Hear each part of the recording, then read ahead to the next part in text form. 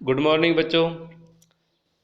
कक्षा 12 में भूगोल में प्रायोगिक भूगोल पढ़ रहे थे हम। आज हम पढ़ेंगे प्रायोगिक भूगोल का दूसरा अध्याय, आंकड़ों का एकत्रीकरण एवं विश्लेषण।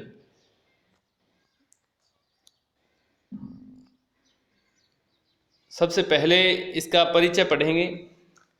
परिचय में है, पूर्व निर्धारित उद्देश्य की पूर्ति हेतु सुव्यवस्थित ढंग से संग्रह कर गणितीय रूप में प्रदर्शित संख्याओं को हम आंकड़े कहते हैं। दोबारा देखें, पूर्व निर्धारित उद्देश्य की पूर्ति हेतु सुव्यवस्थित ढंग से संग्रह कर गणितीय रूप में प्रदर्शित संख्याओं को हम आंकड़े कहते हैं। आंकड़ों के व्यवस्थित संकलन, वर्गीकरण एवं विश्लेषण के माध्यम से किसी भी विषय का अध्ययन करना एक नवीन वृत्ति बन चुका है। सांख्यिकीय आंकड़ों के विश्लेषण के माध्यम से किया गया अध्ययन वैज्ञानिक भी होता है और यथार्थ के निकट भी।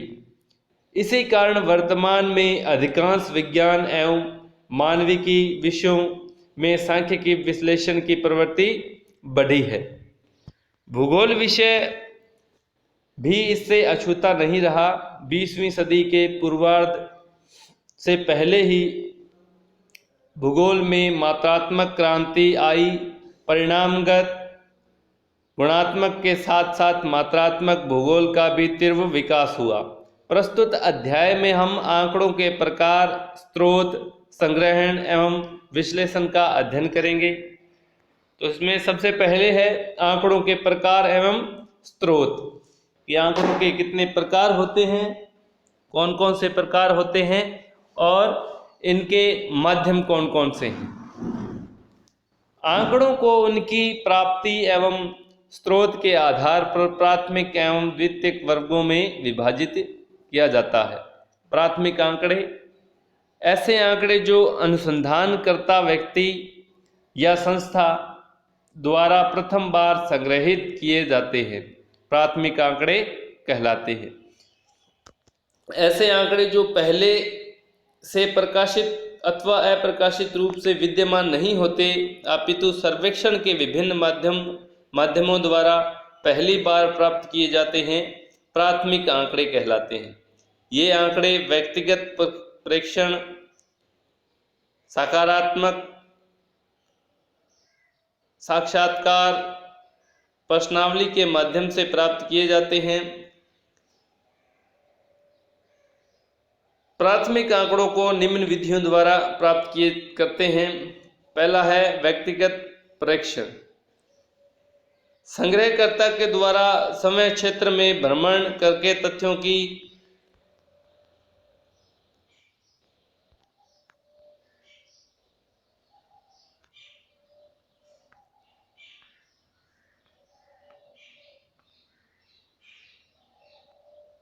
जानकारी प्राप्त की जाती है।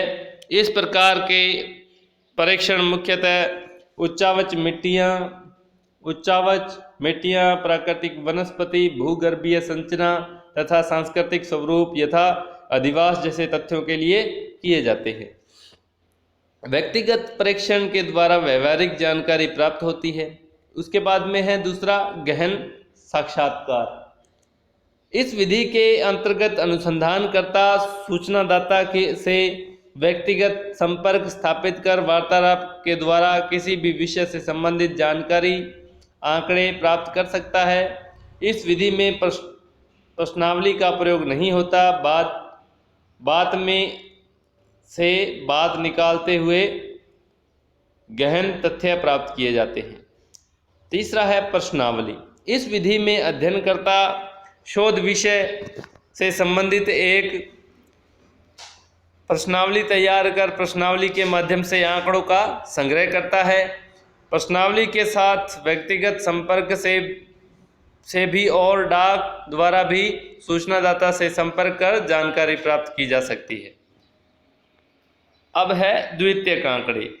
ऐसे आंकड़ों जिनका संग्रहण अनुसंधानकर्ता या संस्था समय न करके प्रकाशित या अप्रकाशित स्रोत यथा सरकारी, गैर सरकारी प्रशासन, निजी प्रशासन, पत्र पत्रिकाओं, निजी अभिलेख के माध्यम से करता है। द्वितीयक आंकड़े कहलाते हैं। द्वितीयक आंकड़े प्रकाशित या अप्रकाशित स्रोत से प्राप्त होते हैं। प्रकाशित स्रोत में अंतर्राष्ट्रीय, सरकारी, अर्ध सरकारी, निजी प्रकाशन आते हैं, जबकि अप्रकाशित स्रोत में विभिन्न सरकारी व निजी अभिलेख आते हैं। वे निम्न हैं।